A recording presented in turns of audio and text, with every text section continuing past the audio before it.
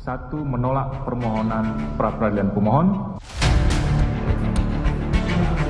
Hakim Tunggal Pengadilan Negeri Jakarta Selatan telah memutuskan menolak permohonan gugatan pra-peradilan yang diajukan mantan Menteri Pendidikan, Kebudayaan, Riset, dan Teknologi Nadiem Makarim. Hakim menilai proses hukum Kejaksaan Agung yang menetapkan Nadiem sebagai tersangka kasus dugaan korupsi dan menahannya adalah sah menurut hukum. Dengan demikian, kasus dugaan korupsi pengadaan laptop program digitalisasi pendidikan periode 2019-2022 akan tetap dilanjutkan penyidikannya oleh Kejaksaan Agung. Menimbang bahwa berdasarkan pertimbangan di atas, maka ternyata permohonan pra-peradilan pemohon tidak beralasan menurut hukum dan sudah sepatutnya ditolak. Menimbang bahwa oleh karena permohonan pra-peradilan pemohon ditolak, maka biaya yang timbul dalam perkara ini haruslah dibebankan kepada pemohon sejumlah nihil. Mengingat pasal 77, pasal 1 angka 2 ayat pasal 1 angka 2 dan angka 14, pasal 17, pasal 21, Undang-Undang Nomor 8 Tahun 81 tentang Hukum Acara Pidana, Pasal 2 Ayat 2 Perma Nomor 4 Tahun 2016 tentang larangan peninjauan kembali putusan pra-peradilan dan peraturan perundang-undangan lain yang bersangkutan mengadili 1. Menolak permohonan pra-peradilan pemohon. Kuasa hukum Nadiem Makarim, Dodi Abdul Qadir, bilang jalannya persidangan masih normatif dan hanya menilai bagian formil. Selanjutnya, tim kuasa hukum Nadiem akan menyiapkan alat bukti lainnya. Memang di dalam putusan Mahkamah Konstitusi tidak menjelaskan dua bukti permulaan itu seperti apa.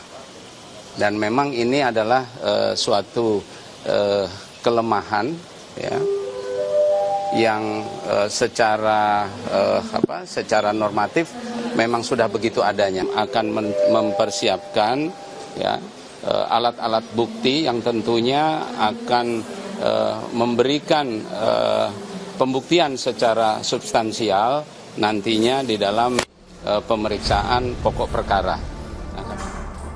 Sementara itu, istri Nadiem Makarim bilang keluarga sangat sedih dan kecewa.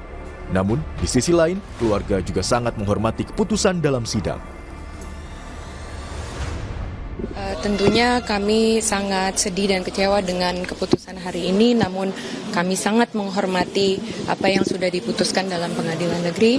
Tentunya saya, keluarga Mas Nadiem dan tim hukum hanya akan selalu melakukan dan mencari jalan melalui koridor hukum yang sudah diatur oleh undang-undang. Terima kasih sekali lagi untuk seluruh doa dari teman-teman semuanya, dari keluarga kerabat kami, sehingga Mas Nadiem juga sampai di hari ini masih bisa berdiri bersama-sama biarpun terpisah jauh dari kami. Terima kasih sekali lagi, mohon doanya. 5 orang telah ditetapkan sebagai tersangka kasus dugaan korupsi pengadaan laptop di Kemendikbudristek tahun 2019-2022. Mereka adalah Juristan, Staf Sus Mendikbudristek era Nadiem Makarim, Ibrahim Arif, mantan konsultan Kemendikbudristek, Mulyatsyah, mantan Direktur SMP Ditjen PAUD, Pendidikan Dasar dan Pendidikan Menengah Kemendikbudristek, Sri Wahyuningsih, mantan Direktur SD Ditjen PAUD, Pendidikan Dasar dan Pendidikan Menengah Kemendikbudristek, Nadiem Anwar Makarim, Mendikbudristek 2019-2024. Nadiem Makarim ditetapkan sebagai tersangka kasus dugaan korupsi pengadaan laptop di Kemendikbudristek yang merugikan negara hingga 1,98 triliun rupiah. Nadiem kemudian menggugat Kejaksaan Agung lewat pra-peradilan sejak 23 September 2025. Tim Liputan, Kompas TV.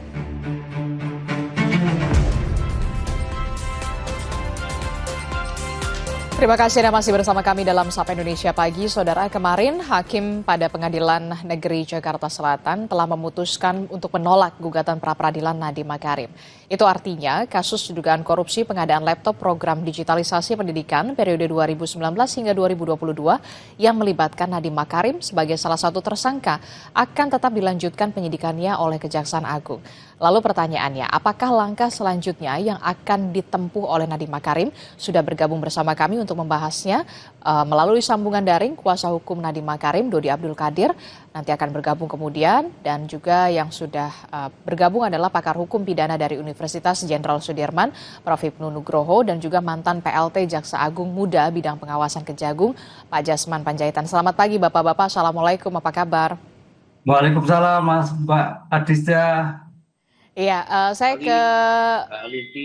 iya, saya ke Prof. Hipnu dulu ya, kalau begitu ya Pak Jasman ya, karena memang Pak Dodi Ya. Abdul Qadir ini juga masih belum bergabung bersama kami, kita berharap akan bergabung secepatnya.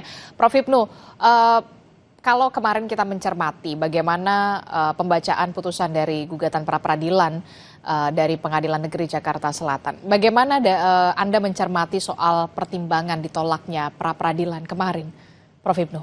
Ya, begini Mbak, bicara pra-peradilan itu adalah bicara kontrol terhadap penegak hukum, terhadap upaya paksa yang dilakukan apakah itu jaksa ataukah polisi.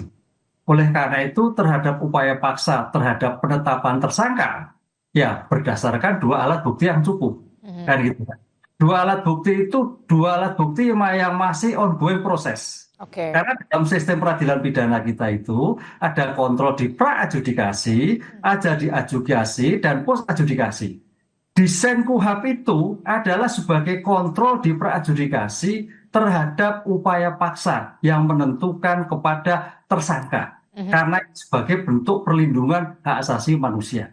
Makanya di dalam pra-peradilan itu Perma membatasi sebelum 2016 itu agak tidak jelas maksudnya. Ada kadang masuk materi, ada masuk tidak gitu loh. Nah, kemarin 2016 akhirnya Mahkamah Agung mengeluarkan suatu perma bahwa pra-peradilan itu hanya mengenai aspek formil, gitu loh. Aspek formil apa? Ya, baru aspek material ada di persidangan pokok perkara. Itu desain KUHP yang ada sekarang ini. Makanya kalau kita melihat kemarin Hakim Pengadilan Negeri Jakarta Selatan masih melihat aspek formil, belum pada aspek material. Oke, saya ke Pak Dodi Abdul Qadir yang merupakan kuasa hukum dari Nadiem Makarim begitu. Selamat pagi Pak Dodi. Pak Dodi, tadi kita membahas bagaimana dari sisi hukumnya begitu soal pembacaan putusan gugatan pra-peradilan kemarin. Nah, saya ingin tanyakan, setelah hakim menolak pra-peradilan dari Nadiem, apa yang dilakukan atau langkah selanjutnya sesuai dengan koridor hukum yang berlaku? Apakah akan mengajukan gugatan pra-peradilan selanjutnya atau nanti akan ada langkah selanjutnya yang akan diambil? Iya. Jadi yang pertama, Pak Nadiem dan keluarga dapat memahami dan menerima putusan peradilan. Dan kami juga melihat bahwa penyidik sudah bekerja dengan sebaik mungkin. Nah, di dalam menyikapi suatu putusan peradilan, tentunya bisa saja ada perbedaan pendapat. Nah, yang terpenting mengenai apa yang disampaikan oleh Prof. Hipnu tadi, bahwa pra-peradilan adalah memeriksa aspek formal. Kami sepaham dengan itu. Dan mengenai juga apa yang diperiksa di sana adalah mengenai minimal terpenuhinya dua alat bukti permulaan yang sah. Nah, tadi perbedaannya di situ saja. Prof. Hipnu mengatakan yang cukup, sedangkan sesuai dengan Mahkamah Konstitusi adalah yang sah. Nah, satu hal yang ada perbedaan pendapat adalah bahwa pertimbangan hakim yang memberikan suatu kebebasan ya kepada penyidik di dalam menetapkan dua alat bukti itu, ya itu merupakan sesuatu yang kami berbeda. Nah, kenapa? Karena kita ketahui bahwa setiap tindak pidana memiliki perbedaan sifat. Ada delik pidana yang bersifat delik formil, ada yang bersifat delik material. Sehingga kalau kita melihat daripada keterangan ahli, dari dua ahli yang diajukan termasuk ahli dari penyidik, sama-sama menyampaikan adanya perbedaan suatu tindak pidana antara delik formil dan delik material. Dengan demikian maka secara formal juga untuk menilai alat bukti yang mana yang memenuhi dua alat bukti yang sah, ya bukan hanya cukup, tapi ada kata-kata yang sah.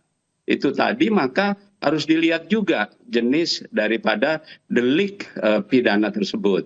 Nah, dua ahli juga menyatakan bahwa bagaimana menilai suatu bukti permulaan yang sah? Ya, mereka menerangkan bahwa alat bukti tersebut harus memiliki relevansi.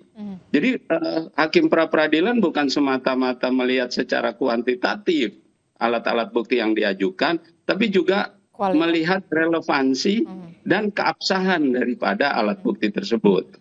Nah, oleh karena itu perbedaan yang cukup mendasar antara kami dengan hakim, ya, walaupun harus diterima, tetapi ini akan menyangkut kepada penegakan hukum berikutnya. Apakah memang benar, ya, di dalam penyidik menetapkan suatu tersangka boleh berdasarkan alat bukti yang dipilih oleh penyidik begitu saja. Oke, salah satunya apa yang menurut Anda tidak relevan begitu, alat bukti yang dimiliki atau dimiliki oleh kejaksaan digunakan penyidik? Ya, semua alat bukti yang disampaikan dapat diterima, namun sesuai dengan keterangan penyidik, keterangan ahli yang juga disampaikan oleh penyidik, ya, bahwa berkaitan dengan tindak pidana korupsi sebagai delik material harus ada bukti permulaan yang menunjukkan akibat, bukan berapa besar, ya, bukan berapa perhitungannya, tetapi ada alat. Maksud Anda soal kerugian negara di sana? Iya, betul. Iya, betul. Jadi ada alat bukti mengenai kerugian negara sebagai akibat tindak pidana korupsi, ya, yang alat bukti tersebut memenuhi kualifikasi, ya, keterangan kerugian negara sebagaimana diatur dalam Undang-Undang Keuangan Negara, Undang-Undang Pemeriksaan Penyelenggaraan Keuangan Negara, dan Undang-Undang Pemeriksaan Pertanggungjawaban Pengelolaan Keuangan Negara. Nah, itu jelas diterangkan oleh ahli, ya. Namun demikian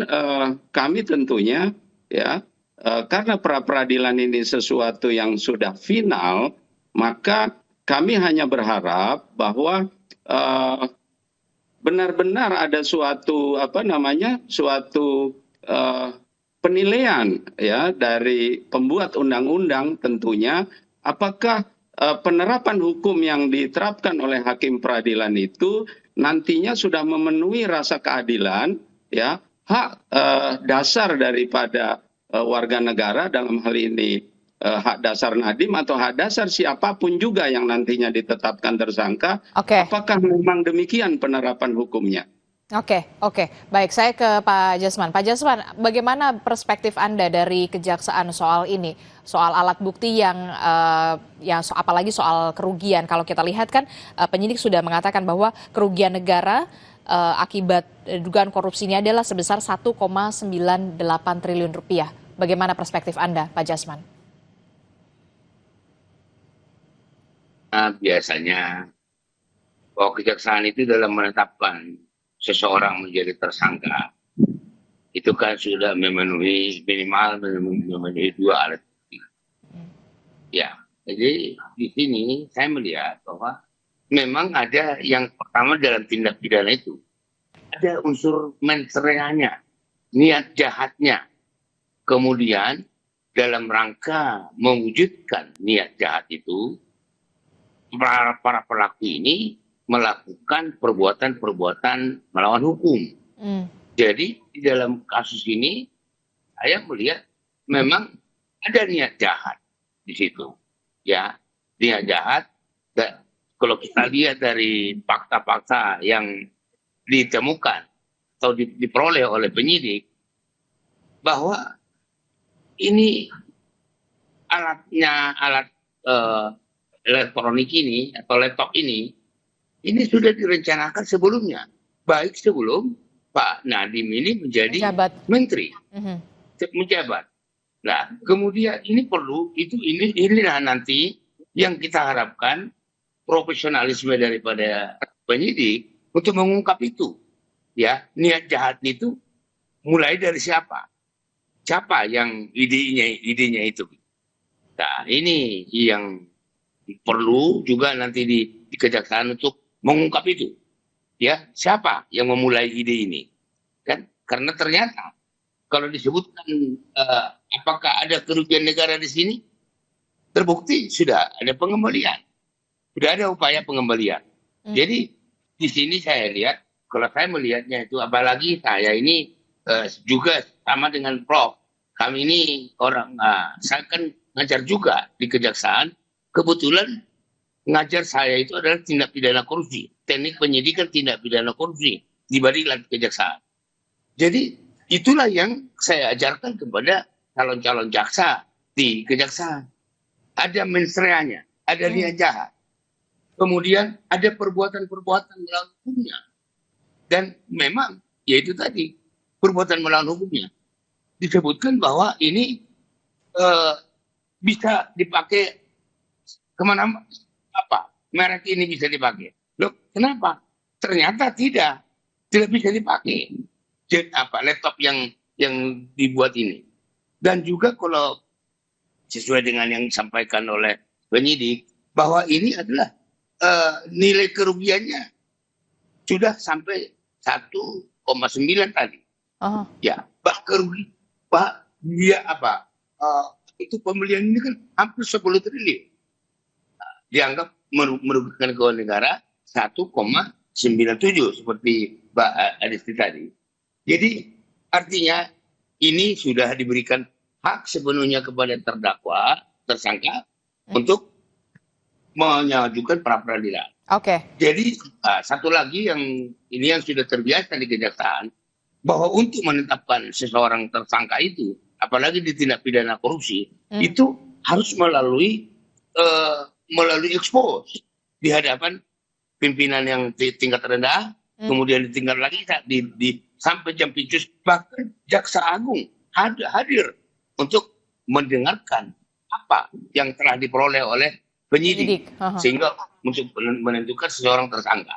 Jadi saya kira ini kita sudah diberikan hak kepada tersangka untuk mengajukan pra peradilan, dan itulah yang kesimpulan hakim untuk menolak permohonan pra peradilan. Demikian ya, Mbak. Oke, baik. Saya mencoba kembali lagi ke Prof. Ibnu. Prof. Ibnu, tadi kalau dari sisinya Pak Jasman adalah ada unsur mens rea begitu, ada niat jahat di sana pada saat kemudian penyidik menemukan adanya grup begitu ya, grup percakapan yang bahkan sebelum dilantik seorang Menteri Nadiem Makarim untuk membahas rencana soal pengadaan laptop Chromebook begitu ya. Lagi-lagi ini kita harus klarifikasi lagi, atau kita akan tegaskan lagi, termasuk juga soal dari Pak Dodi menyinggung soal kerugian negara. Bagaimana Anda melihat ini? Ya gitu, betul Pak Dodi. Jadi terhadap tadi saya katakan, dalam desain KUHP, pra peradilan itu masih mengenai eksaminasi of just, belum investigasi of just. Nah gitulah. Nah, oleh karena itu dalam seperti ini betul bahwa dua alat bukti itu dua alat bukti yang relevan. Dua alat bukti itu dua bukti yang sah. Karena justru konteks sah dan relevan itu adalah bahwa perolehan barang bukti itu adalah sepengetahuan penegak hukum yang lain. Kan itu. Dalam hal ini kalau upaya paksa berarti ada izin pengadilan negeri. Kalau KPK ada pemberitahuan dengan Dewas. Nah, ini jadi oleh karena itu dalam hal ini sebagai bukti permulaan itu masih ongoing proses. Jadi bukti ongoing proses yang masih berjalan. Termasuk kerugian pun juga masih berjalan. Jadi belum final. Inilah yang membedakan bahwa di dalam desain KUHP di praadjudikasi dan diadjudikasi. Kalau diadjudikasi tadi misalkan terkait dengan mens rea Pak Jasman, itu masuk di adjudikasi. Tergantung jumlah kerugian yang besar itu termasuk di adjudikasi. Nah, dengan demikian dalam suatu pembuktian permulaan, kata kuncinya adalah bukti permulaan. Bukti permulaan ini bukti yang masih berproses, bukti masih tapi bernilai, tapi berjumlah dengan bukti yang ada, tapi juga dilakukan dengan bukti yang sah, dengan perlindungan hak asasi manusia, gitu Pak. Nah, ini yang sebagai kontrol, karena ini suatu sebetulnya kalau kita lihat konsep pra peradilan suatu yang baru, karena kalau kita lihat dulu itu kan meletakkan orang itu dengan sistem inquisitor sebagai objek. Nah sekarang betul-betul meletakkan sebagai subjek hukum, gitu Pak. Ini pra peradilan. Makanya di dalam RKUHP ke depan dari berbagai teman-teman penasihat hukum, cobalah pra peradilan ini ada suatu perbaikan kembali. Perbaikan kembali apa? Tentang waktu. tentang nilai. Nah, dalam hal sekarang ini suatu perubahan yang luar biasa dari HR ke KUHP itu sudah luar biasa. Oleh karena itu kalau kita kembalikan pada konsep yang sekarang, perma yang menyatakan sebagai bukti formil, aspek sifat melawan hukum, aspek nilai itu ada di di pemeriksaan perkara. Oleh karena itu kalau kita dalam pembuktian pasti buktinya ada berrelevan. Oh, jumlah kerugiannya relevan. Oh, saksinya sudah diperiksa relevan. Oh, relevan. Baru tahap itu, Mbak. Nah, ini yang ada di sana. Belum masuk apakah korelasi itu bernilai tidak bernilai, itu masih masuk ke sana. Ini yang membatasi. Karena makanya waktu itu hanya 7 hari. Nggak mungkin kita bisa menilai bukti-bukti sampai kualitas dari bukti yang dilakukan. Bicara kualitas, bicara ada di peradilan. Lah nanti Pak Dodi itu menentukan kualitasnya, bagaimana itu di persidangan kualitasnya itu baru bisa nanti. Oh, oke. Jadi lebih baik untuk ajang pembuktiannya ini di persidangan begitu ya? Karena memang kemarin kita sudah lihat pembacaan putusan dari gugatan pra peradilannya sudah ditolak begitu, Prof. Hipnu. Kalau dari Pak kacamata Anda? Iya. Nanti tinggal mempersiapkan nilai bukti, kualitas bukti, relevansi bukti di dalam suatu persidangan. Apakah kerugian itu merupakan kerugian yang diakibatkan oleh Pak Nadib, tadi Pak Jaswan, apakah itu kerugian-kerugian oleh orang lain, apakah itu ada suatu kerugian diterima semua orang, lah itulah nanti dalam suatu pembuktian di pokok perkara. Oke, baik. Nanti kita akan tanyakan bagaimana persiapan yang dilakukan oleh tim kuasa hukum dari Nadiem bersama dengan Pak Dodi Abdul Qadir, begitu soal alat bukti apa yang kemudian sudah disiapkan untuk menyanggah dari apa-apa yang sudah ditemukan oleh penyidik begitu ya dalam hal kasus dugaan korupsi laptop Chromebook ini yang kemudian menyeret juga nama Nadiem Makarim di dalamnya, termasuk apakah juga tim kuasa hukum juga akan memikirkan langkah untuk mengajukan gugatan pra peradilan untuk kedua kalinya, tapi jangan dijawab dulu Pak Dodi, kita akan temukan jawabannya usai jeda, kami akan segera kembali.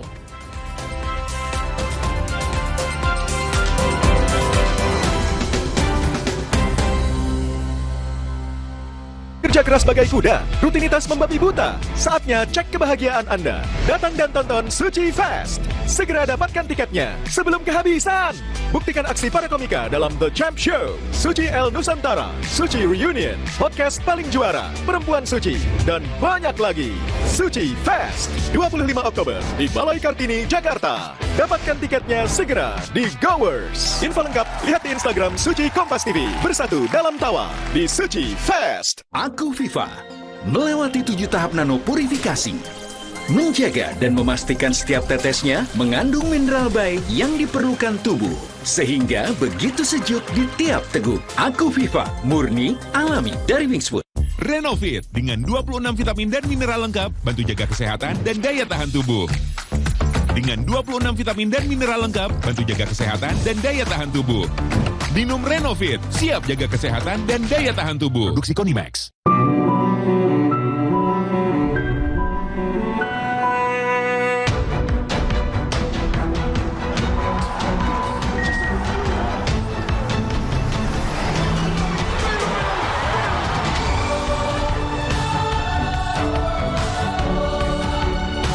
To those who keep reaching new limits, grand destinations await.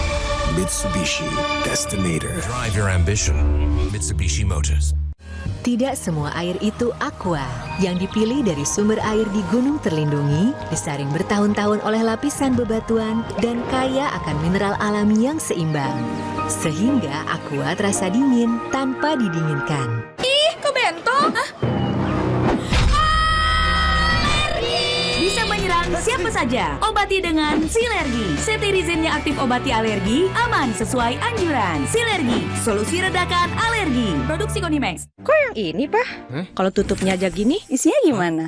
Tidak semua air itu sama. Aqua dalam galon yang dibersihkan 20 kali, diisi tanpa tersentuh tangan dan ditutup sempurna. Aqua, 100% murni, 100% aman.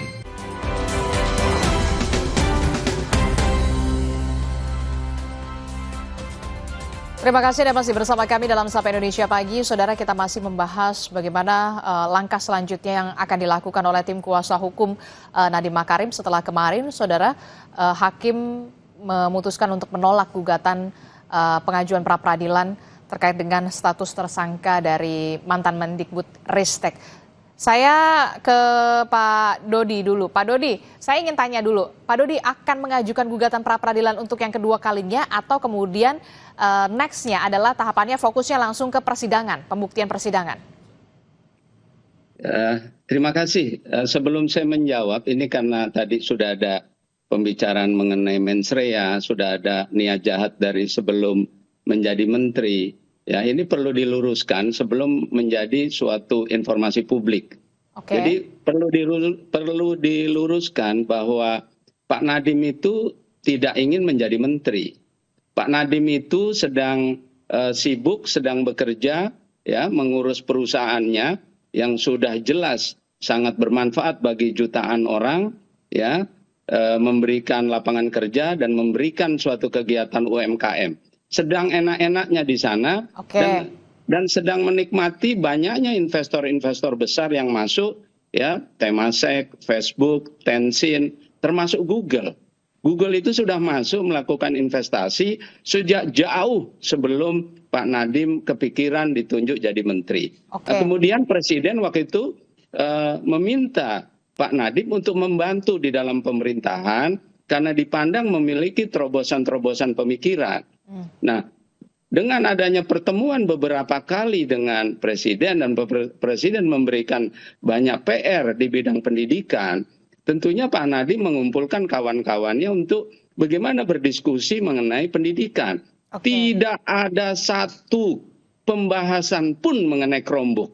Perlu ditegaskan sekali lagi, tidak ada satu pembahasan pun mengenai Chromebook. Pembahasan Chromebook baru termuncul setelah Pak Nadiem diangkat jadi menteri.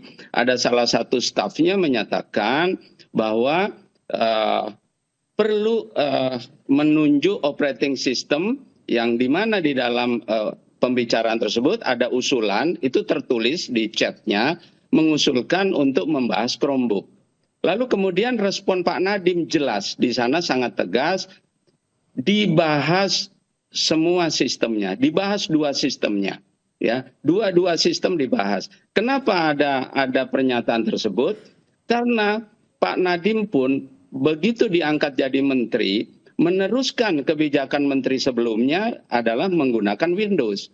Namun pada saat terjadinya COVID-19, di mana semua orang tidak bisa keluar rumah, termasuk mengikuti pembelajaran, perlu dipikirkan alat komunikasi yang tepat, yang paling murah. Nah, disitulah kemudian terjadi pembahasan-pembahasan di mana pembahasan itu ada di tingkat operasional, tingkat dirjen ke bawah. Mereka membahas secara profesional. Sehingga mengenai mens rea ini, ya, yang nantinya juga harus dibuktikan, karena ini pokok perkara. Namun karena sudah mengemuka di dalam diskusi ini, perlu kami tegaskan, tidak ada WA Group yang membahas Chrome sebelum jadi menteri. Yang ada adalah Pak Nadiem dipanggil berkali-kali oleh Presiden, diminta bantuannya untuk menjadi menteri. Lalu bagaimana mens rea-nya? Kalau dia mau cari kekayaan, dia cukup ada bekerja di Gojek sebagai pemilik Gojek. Namun kenapa seseorang yang diminta untuk membantu negara ini, yang memiliki ide-ide cemerlang, justru mengalami masalah hukum seperti ini? Mengenai hal ini, kami menghargai upaya penegak hukum karena itu adalah kewenangan penegak hukum dan kami mengikuti semua proses penegak hukum. Dan Nadiem pun berterima kasih dengan segala kesempatan untuk melakukan proses-proses hukum. Nah, sesuatu hal yang tadi saya setuju dengan Pak Ibnu, bahwa pra-peradilan itu membahas aspek formal saja, ya. Nah, yang kita tidak sependapat adalah hakim, ya, di dalam menilai dua alat bukti permulaan itu tanpa melihat relevansinya dan sifat daripada delik pidana tersebut, melainkan memberikan kebebasan kepada penyidik untuk memilih apa alat bukti yang diajukan dari alat-alat bukti yang ditetapkan di dalam KUHP pasal 184, yaitu alat bukti saksi, alat bukti surat, alat bukti petunjuk, keterangan ahli, dan keterangan tersangka. Nah, Dari kelima alat bukti itu, hakim memberikan kebebasan. Alat bukti mana yang diajukan? Sepanjang ada 2 dari 5 tersebut dianggap sudah sah, sudah memenuhi dan sudah ada relevansi. Padahal dari proses persidangan jelas terbukti tidak ada alat bukti yang menyatakan sudah diaudit. Kalau dikatakan ada pengembalian kerugian negara itu sebagai bukti adanya kerugian negara, kan kita membahas tadi Prof. Hipnu bilang kan pra peradilan itu aspek formal. Aspek formal itu kan ada proses, ada ketentuan perundang-undangan. Nah, apakah di dalam perundang-undangan tentang kerugian negara itu, pengembalian keuangan negara itu masuk dalam definisi kerugian negara? Nah, itu sesuatu yang seharusnya kita mengacu kepada aspek formal. Nah, ini yang seharusnya hakim pra peradilan memeriksa alat-alat bukti. Ya, saya setuju bahwa mengenai kerugian negara tidak perlu adanya suatu besaran, ya, tidak perlu sudah terbukti, tapi paling tidak sudah ada bukti bahwa sedang dilakukan audit sebagaimana diatur di dalam ketentuan perundang-undangan mengenai bagaimana proses formal di dalam menentukan adanya kerugian keuangan negara. Oke, jadi Anda akan dan bersama tim kuasa hukum tidak akan mengajukan gugatan pra peradilan untuk kedua kalinya, tetap akan melakukan itu di pembuktian begitu ya, di persidangan atau seperti apa? Kami akan tegaskan kembali. Ya, kami tidak akan melakukan upaya pra peradilan selanjutnya, ya. Namun kami sekarang sedang mempersiapkan alat-alat bukti, ya, untuk memberikan penjelasan, ya, bahwa klien Anda tidak bersalah. Ya, bahwa kebijakan ini diambil pada saat COVID. Ini pun yang tidak terungkap, ya. Kemudian yang kedua, Chromebook itu secara umum pun orang sudah mengetahui bahwa Chromebook lebih murah.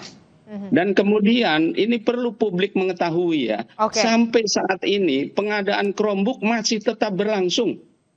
Masih tetap ada pembelian Chromebook. Dan Chromebook yang sekian juta yang sudah dibeli itu saat ini masih digunakan oleh semua murid. Dan perlu diingat bahwa dengan adanya Chromebook ini, proses belajar mengajar selama COVID tetap berjalan, proses ujian tetap berjalan, proses kelulusan tetap berjalan. Oke, baik. Ini juga harus dihitung manfaatnya berapa. Bagaimana kalau tanpa Chromebook, murid-murid harus pergi ke sekolah, dia harus pakai APD, guru-guru harus pakai APD, guru-guru dan murid harus disuap setiap hari, berapa biayanya? Karena kerugian negara juga menyangkut berapa kesempatan keuangan negara yang hilang.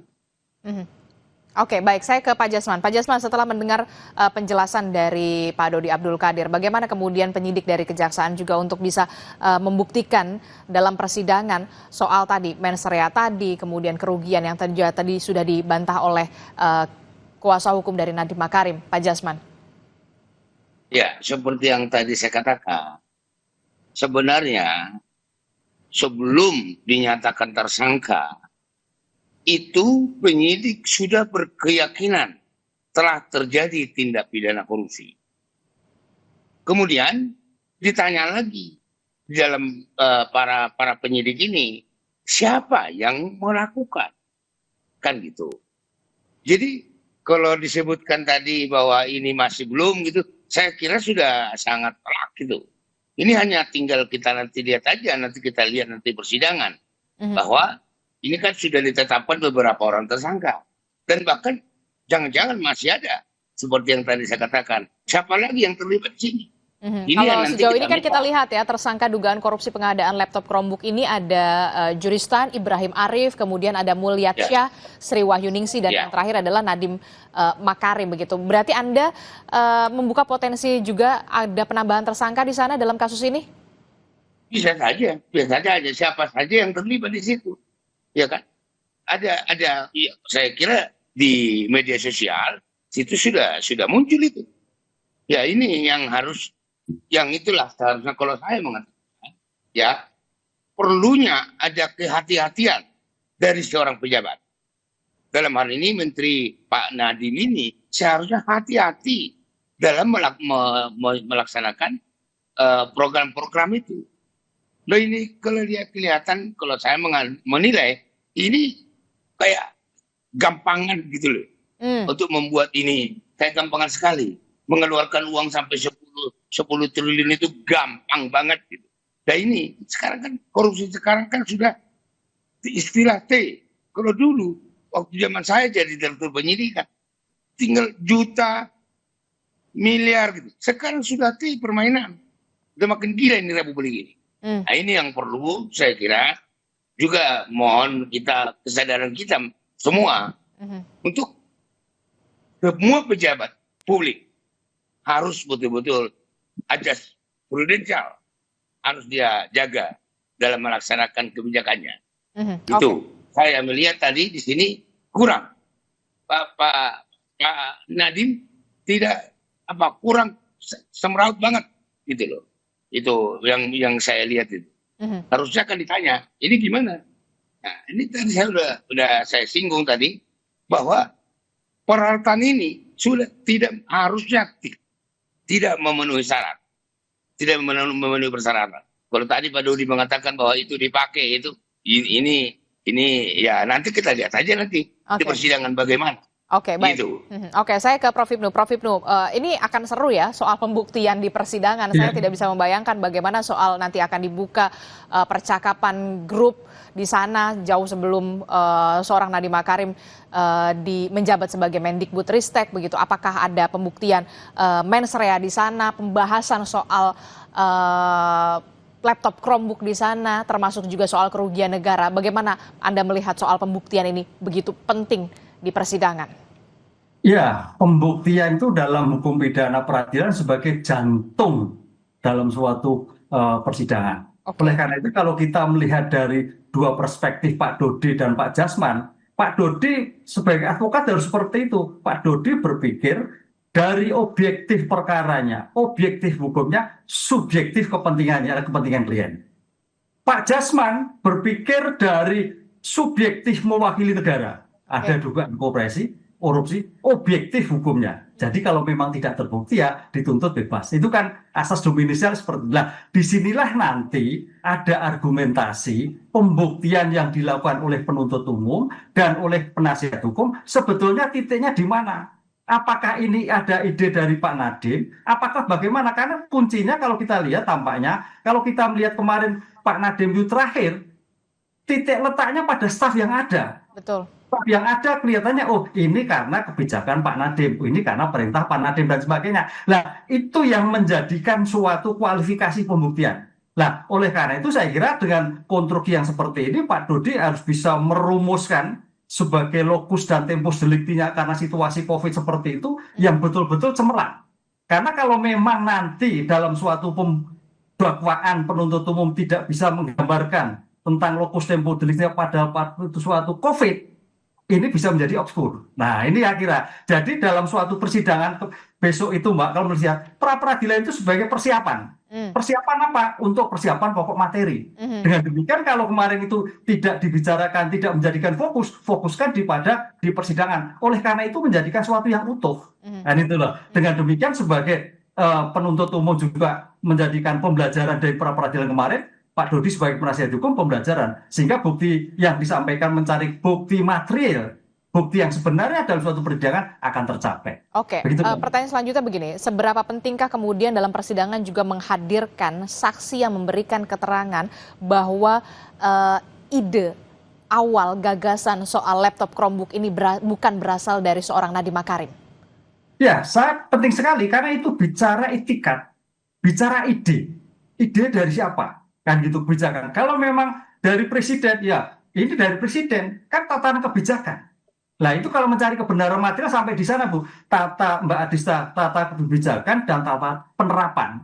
Kebijakan sih mungkin nggak salah, tapi penerapannya salah. Nah itu yang terjadi permasalahan sekarang seperti ini. Nah dengan demikian dalam mencari kebenaran material, hakim wajib memanggil semua saksi yang diinginkan, baik oleh penuntut umum maupun oleh penasihat hukum dalam rangka mencari suatu pembuktian material. Itu sudah ditegaskan dalam putusan Mahkamah Konstitusi, semua keinginan penuntut umum dan penasihat hukum terhadap saksi yang diinginkan wajib dihadirkan dalam rangka mencari kebenaran material. Oke. Termasuk bagaimana Pak Dodi Abdul Qadir untuk mempersiapkan ini semua terakhir yang meyakinkan di persidangan pembuktian bahwa memang klien Anda atau klien Anda bukanlah orang yang memiliki ide inisiator pertama pengadaan kebijakan laptop Chromebook ini. Ya, tentunya alat-alat bukti tersebut sudah jelas karena itu suatu percakapan tertulis, jadi sudah jelas sekali. Audio kita terputus, Prof. Pak Dodi, maaf. Baik. Oke, silakan. Baik. Ya. Jadi sudah jelas sekali bahwa ide tersebut bukan berasal dari Nadiem dan Nadiem tapi berasal dari ada permintaan dari staf yang mengusulkan siapakah untuk itu? Melakukan ya tentunya karena ini merupakan satu masih di dalam perkara, tentunya kami menghormati penyidikan yang dilakukan oleh penyidik, maka pada saatnya nanti tentunya itu akan terungkap. Tapi karena tadi Pak Jasman sudah menyinggung mengenai mens rea agar publik tidak tersesatkan, maka perlu dijelaskan sekali lagi, diingatkan sekali lagi bahwa Pak Nadiem tidak ada mens rea sedikit pun, dan perlu diketahui bahwa kekayaan Pak Nadiem dari saat mulai menjabat sebagai menteri, setelah berhenti menjabat itu malah berkurang.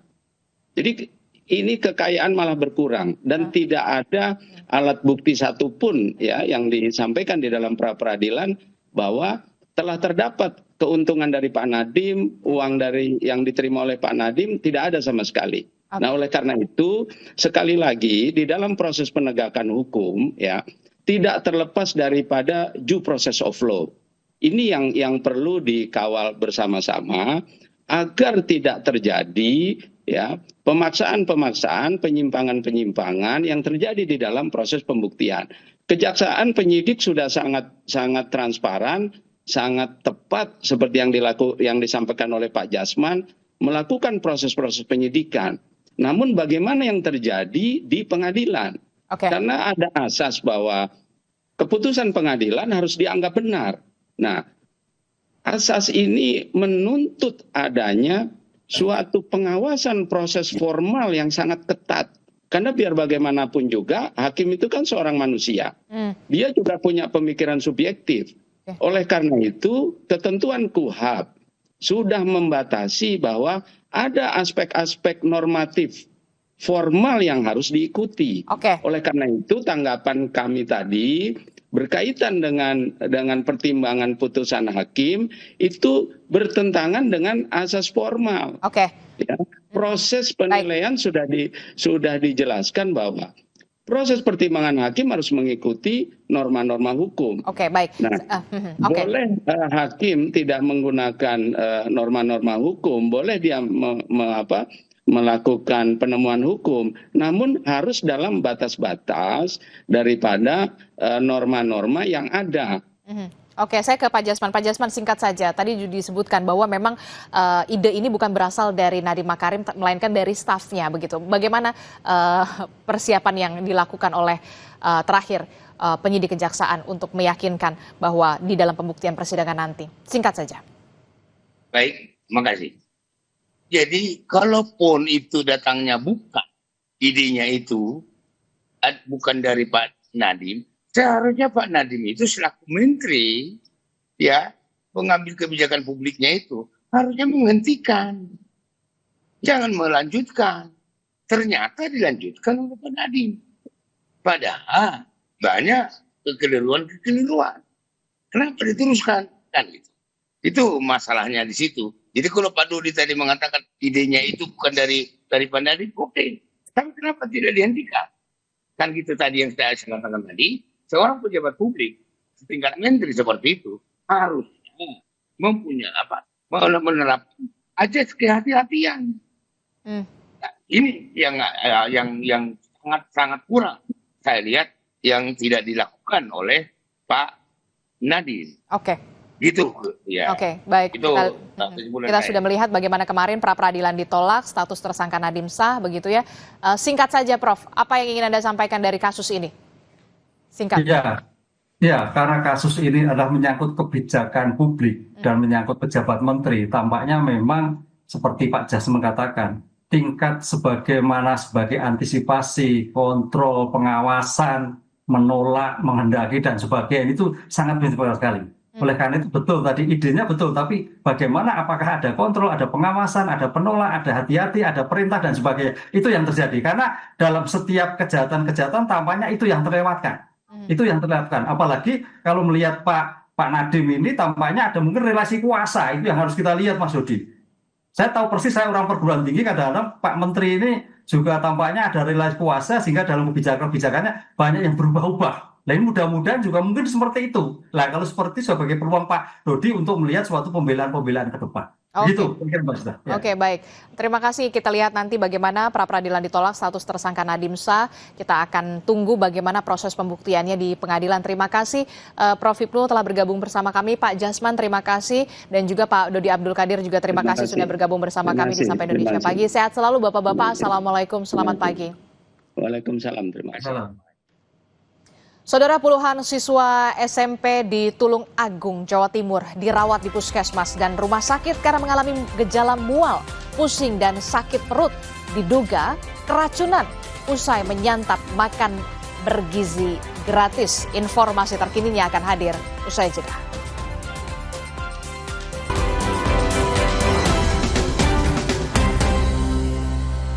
Karyawan bibir pecah-pecah. Yuk ke apotek bentar. Saya mau cari obat panas dalam. Daripada obat, mending minum madu. Madu TJ panas dalam. Kombinasi madu plus 3 herbal. Nyaman banget di tenggorokan. Madu TJ panas dalam. Alergi jontor nih. Aku biduran. Obatnya yang depannya in.